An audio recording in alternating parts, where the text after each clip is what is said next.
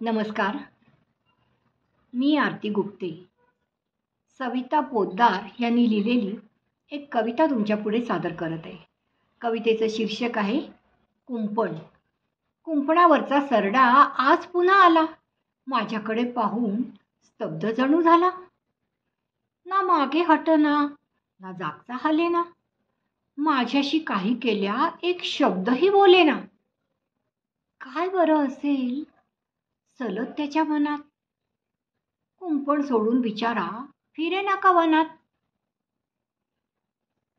कोणत्या बरं विचारात असेल इतका गडला. शून्यावस्थेत जाऊन असेल का तो रडला. काही केल्या त्याचं गणित मला कळेना. कुंपण सोडून बिचाऱ्याचे पाऊल कुठेच वळेना. धन्यवाद.